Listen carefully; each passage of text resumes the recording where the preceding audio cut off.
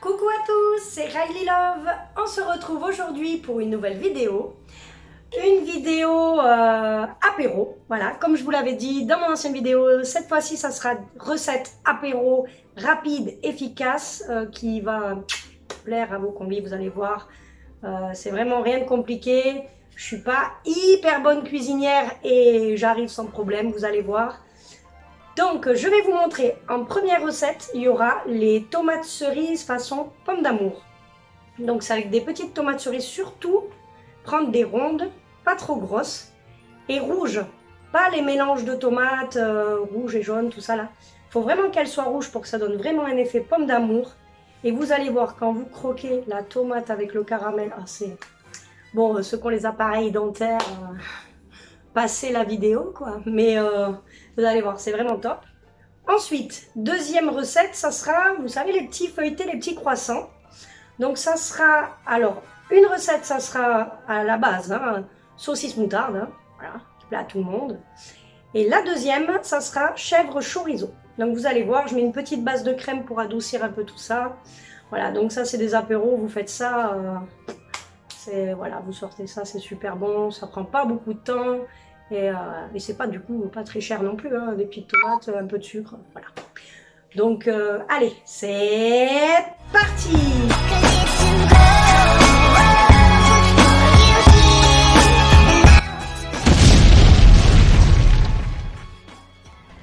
Alors pour la première recette, donc les tomates cerises façon pomme d'amour, il vous faudra donc des tomates. Vous voyez, pas trop grosses et bien rouges, hein. 100 g de sucre, des petits pics et une première assiette pour poser voilà, les tomates cerises qu'on aura piquées. Donc moi ce que je vous conseille, c'est vraiment de les piquer au centre. Sinon, quand vous allez les tourner dans le caramel, ça a tendance à glisser. Là, c'est un petit peu plus ferme. Donc moi je vous conseille de piquer, pas trop loin non plus, hein, faut pas transpercer la tomate. Mais voilà, juste histoire que ça tienne. Et vous faites ça pour toutes les tomates, voilà, au centre. Et on y va comme ça pour toutes les tomates.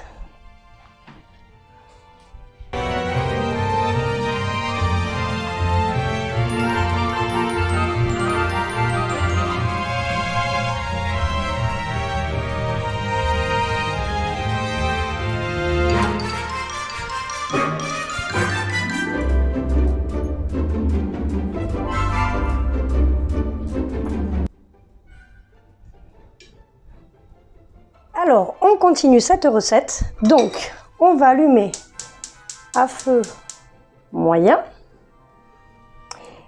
Et on va y mettre les 100 g de sucre. Voilà. Tout de suite après, alors, 100 g de sucre, 2 cuillères à soupe d'eau. Voilà. Pas plus, hein. Vraiment juste 2 cuillères à soupe d'eau. Et surtout, on ne mélange jamais avec une cuillère ou quoi que ce soit. On va toujours juste tourner comme ça. Et vous allez voir, moi, d'habitude, je ratais toujours mon caramel. Et avec cette façon-là, vous allez voir, inratable. Impossible de le rater. Toujours, bien sûr, prendre une casserole en inox. Hein, parce que les autres casseroles, je vous conseille vraiment pas. En inox, vraiment, le caramel prend bien. Donc, on va attendre un peu. Vous pouvez tourner comme ça, voilà, de temps en temps vous tournez vous, comme ça, mais jamais avec une spatule ou une cuillère, je vous conseille pas.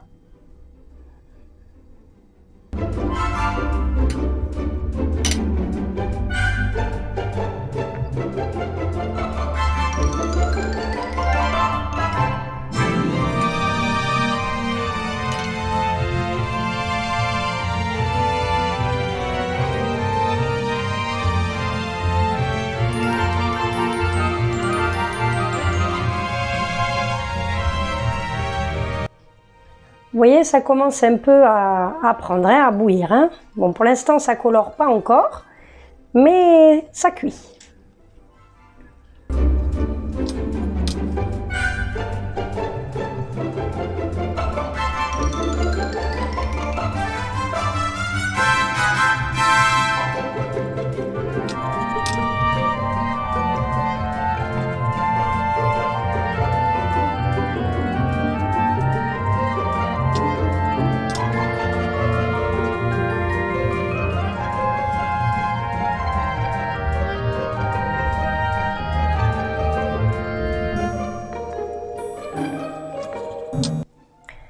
vous voyez, ça commence à colorer là, hein. Là, on voit le caramel qui commence à se faire.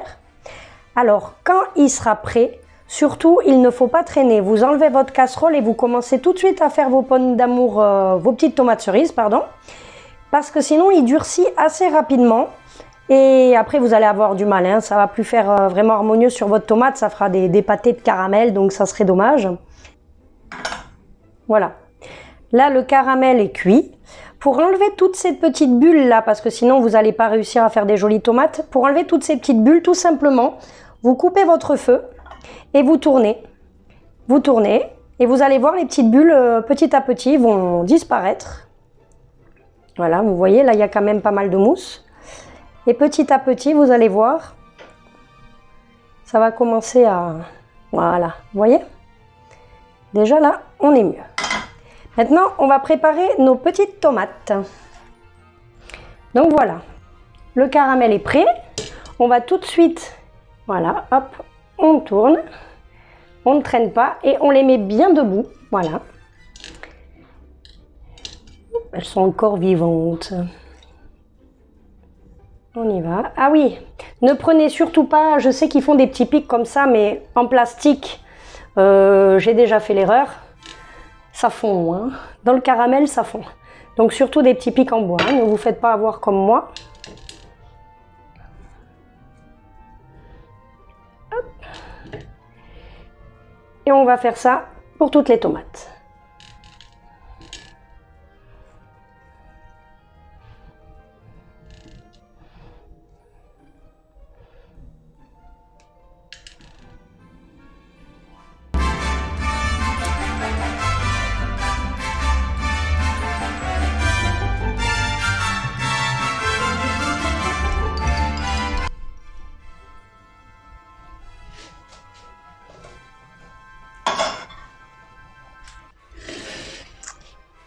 Et voici pour cette première recette.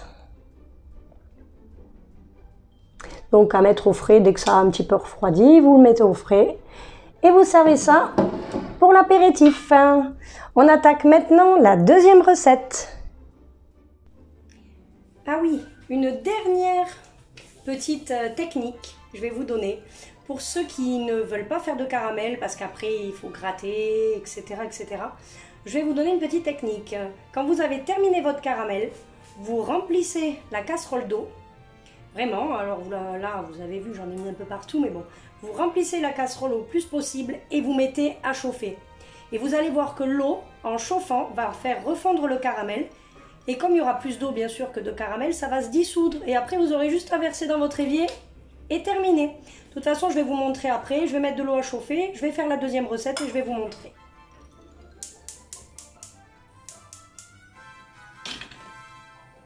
Voilà, donc là j'ai mis l'eau à chauffer avec le reste de caramel et je vous montrerai tout à l'heure comment je m'en sors pour pas gratter. Voilà. Donc pour la deuxième recette, il va nous falloir une pâte feuilletée ou brisée comme vous voulez, du jaune d'œuf, des saucisses, du gruyère et de la moutarde. Donc forte ou moins forte en fonction des goûts de chacun. Donc on va déjà diviser. Voilà. Si c'est pas très droit, c'est pas grave, hein, ne vous en faites pas. Alors chaque quart, on va en faire, voilà, 4 morceaux.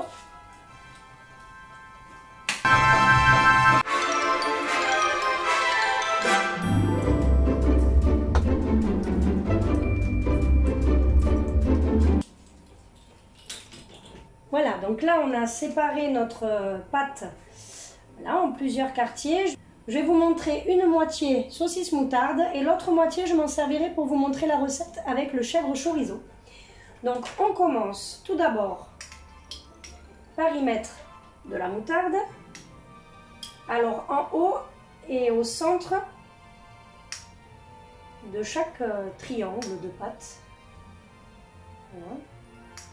On évite d'en mettre trop parce que sinon quand vous allez plier, ça va déborder de partout, c'est pas très joli quoi.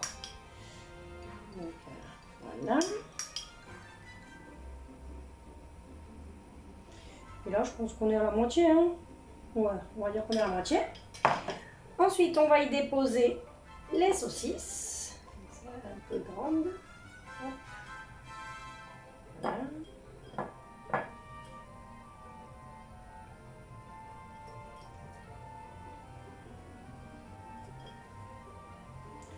Et voilà. Et ensuite, on va les rouler.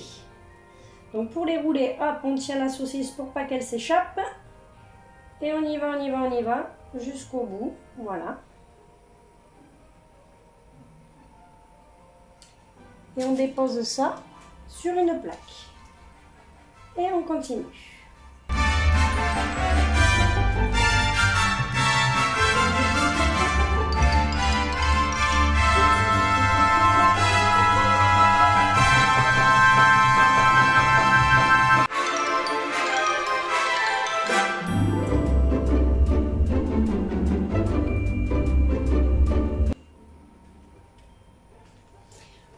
Voilà, donc pour cette partie c'est fait. Maintenant je vais vous montrer tout ce qu'il faut pour l'autre partie. On y va.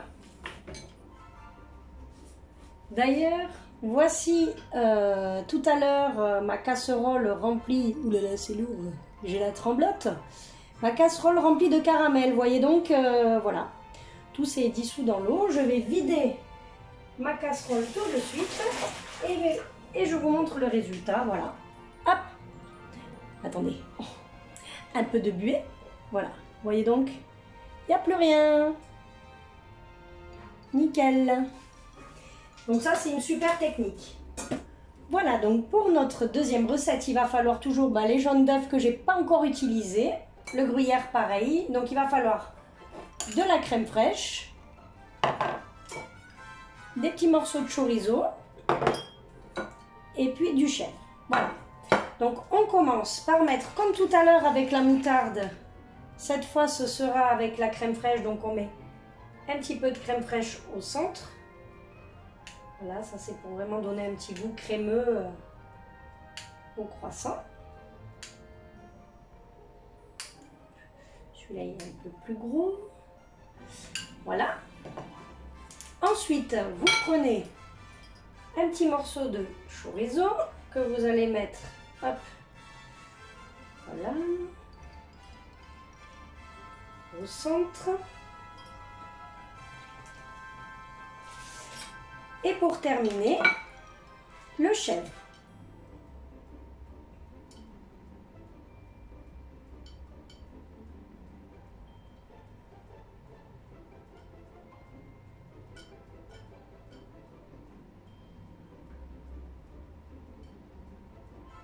Voilà.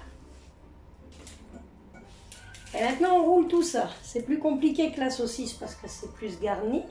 Mais on essaie de faire rentrer tout ça. Et vous allez voir, ça c'est vraiment délicieux. Voilà. On essaie de faire rentrer tout ça et on pose aussi sur le papier sulfurisé. Allez, on continue comme ça, pareil que tout à l'heure, avec tous les croissants.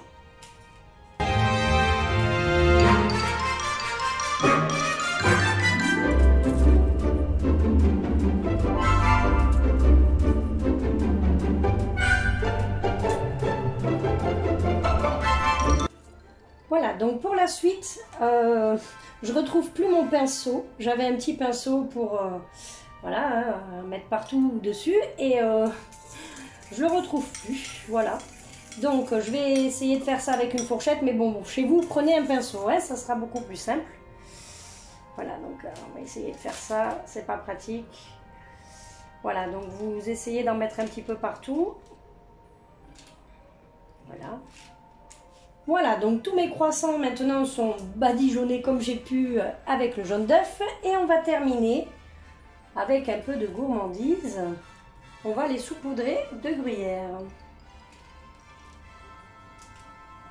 Donc si vous débordez, c'est pas grave. De toute façon, après ça reste collé sur la plaque, hein, pas sur vos croissants. Donc c'est vraiment pas grave du tout. Vous pouvez y aller. Hop. Voilà. Et vous enfournez ça à 180 degrés au four. Quand vous voyez que le feuilletage est un petit peu doré, vous les sortez. On se retrouve dès que c'est prêt.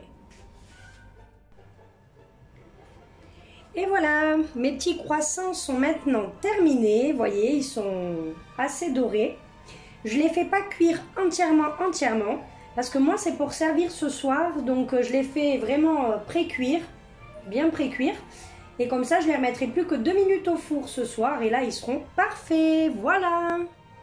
Cette vidéo est maintenant terminée, j'espère qu'elle vous aura plu, j'espère que vous en servirez surtout cet été et que vous aurez une petite pensée pour moi, voilà.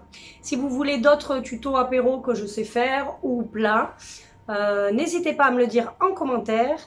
Surtout, s'il vous plaît, on n'oublie pas, on s'abonne, on partage, on met un petit pouce bleu, ça serait super sympa pour moi. Ça m'aiderait bien à continuer l'aventure, quoi, hein, la motivation, quoi.